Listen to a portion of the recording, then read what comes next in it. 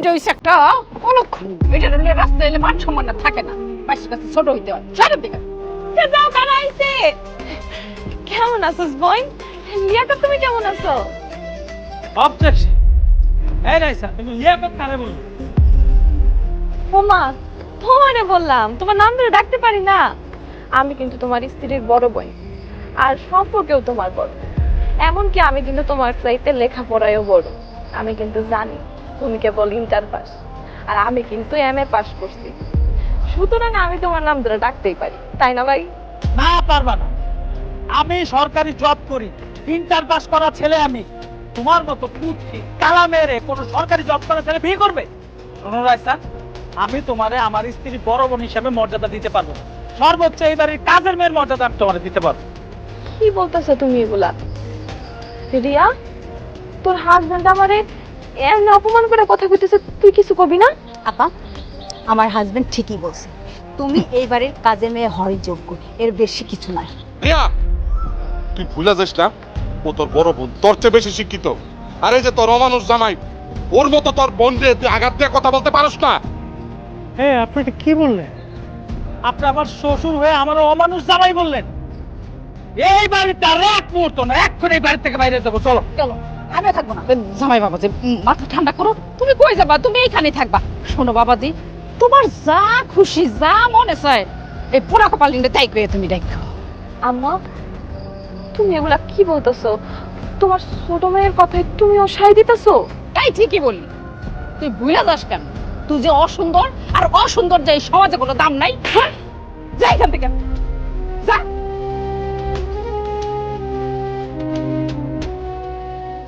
তুমি রাস্তাগুলো থাপ্পড়টা না দিলেও পারত। মানবো না তো কি করবো? তোমার মেয়ে ভুলে যায় কেন যে সে অসুন্দর? এই সমাজে যে অসুন্দরের কোনো দাম নাই সে মনে রাখতে পারে না। তুমি ঠিকই কইছো। এই সমাজ সুন্দর আর অসুন্দরের বিচার করে, কিন্তু ভিতরে যে সৌন্দর্যটা আছে সেটা কেউ দেখে না। মন নাকি খারাপ? না আপা, মন খারাপ না। আমি চিন্তা করতেছিলাম যে আমার ভাগ্যটা ঠিক কতটুকু খারাপ। কি যে বলো না, তোর ভাগ্য খারাপ না, তোর ভাগ্য অন্য সবার চাইতে অনেক ভালো। আরে ভাগ্য খারাপ তো বলবো তারা যারা মনে করছে বিভিন্ন রকমের অপকর্ম করে, খারাপ কাজ করে। আমার মায়ের তো এইসবের মধ্যে নাই। আমি জানি, বিশ্বাস করি, আমার মার ভাগ্যটা অনেক ভালো। আচ্ছা আব্বা, এই পৃথিবীর যত সৌন্দর্য, যত আদর, যত্ন, ভালোবাসা, সম্মান, সমস্ত কিছু সুন্দর মানুষের জন্য, তাই না? এই পৃথিবীতে যত সুন্দর মানুষ আছে, ফর্সা মানুষ আছে, তারাই কেবল এগুলো ভোগ করতে পারবো। আমার মতো যারা কালো, কুৎসিত, এগুলোর জন্য মনে হয় যত্ন, সম্মান এগুলো কোনো কিছু থাকে না, তাই না? তোর জন্য এমন একটা ছেলে আম্মু, যে ছেলেটা কোটিপতি। তুই তো সবসময় চাইতি না যে কোটিপতি। আমি এমন একটা মানুষ চাই যে মানুষটা আমার মন থেকে ভালোবাসবে, সম্মান করবে। একদম ঠিক বলছো, মানে আমার মনের কথাটা বলছো। জামাই কিছু বলবা? জি আব্বা, হ্যাঁ, বলো। কতগুলো কথা আপনার কথা কইলেন, কথা কয়ে তার কোনো লাভ হইব না। আর কত ছোট হইবেন আপনি, আপনার কম।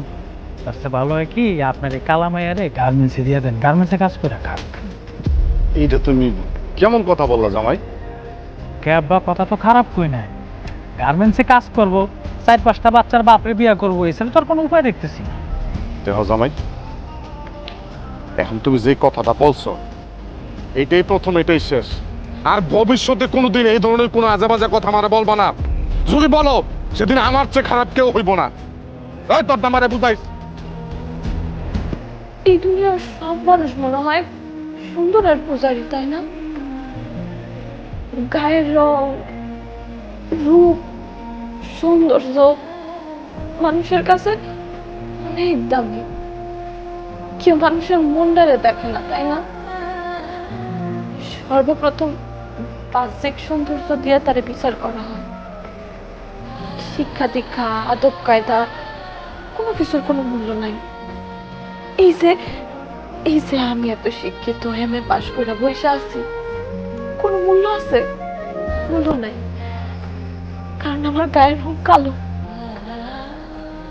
না রে না, মানুষের বাহ্যিক সৌন্দর্য আসল না, মনের ভিতরের সৌন্দর্যটাই আসল। আসলে হয়েছে কি মা, আমার কাছে সমাজটা এরকম, ভিতরের জিনিস দেখে না, শুধু উপরের জিনিস দেখে। আম্মা তো গুলোকে পিঠা বানাইছে, পিঠা দশ। ধরো না কেন? এ রাইসা দাঁড়া। সোনালি আকাশ, আমার সাথে তুমি একদম তুই তুকারি করে কথা বলবা না। তোমার মুখে এসব তুই তুকারি আর আমার নিজের নামটা শুনতে আমার খুব বিশ্রী লাগে। তোমার যদি এতই সমস্যা হয় আমার সম্মান দিয়া কথা বলতে, তাহলে আমার সাথে কথা বলতে আইসো না। আরে বাপ রে, তোমার বোন আমার জ্ঞান দিতেছে। তোর জ্ঞান শোনার জন্য আমি এই বাড়িতে আসি নাই, তোরে দাঁড়াইতে কইছি কারণ তোর লাগে আমার কথা আছে সেই জন্য। কি হয়েছে? কিসের জন্য আটকাইছো বলো? ঘরের থেকে আমার জুতাটা নিয়ে আয়, আমি বাজারে যাবো। কি বললা তুমি? রিয়া, তোর জামাই এগুলো আমার কি বলে? হ্যাঁ, এখানে অবাক হওয়ার কি আছে? জুতা এনে দিতে বলছে, জুতা এনে দে। অবাক হওয়ার কি আছে মানে? এই, তুই কি আন্দা? তুই কি চোখে দেখতে পারস না, কানে শুনতে পারস না? তোর জামাই মাত্র আমার এটা কি বললো? আমি তোর বড় বোন হয়ে আমার ছোট বোনের জামাইয়ের জুতা এনে দিব? না, কিচ্ছু দেখে নাই। তোর জুতা আনতে বলছি, তুই জুতা আইনা দিবি। কাজের মায়ের এত অহংকার থাকা ভালো না।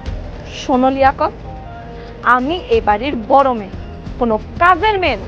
এমনি করে কথা কইছস, তোর কানের নিচে আমি এমন একটা বঞ্চত কানা মারবো, তোর সারা জীবন আমার কথা মনে থাকবে। এই, তোর জামাইরে কবে আমার সাথে কথা না কর। যাদব। ভিডিওটি ভালো লাগলে লাইক, কমেন্ট, শেয়ার করে চ্যানেলটি সাবস্ক্রাইব করুন। আর সেই সাথে এই ভিডিও সম্পর্কে আপনার মূল্যবান মতামত জানাতে ভুলবেন না। কিন্তু ধন্যবাদ।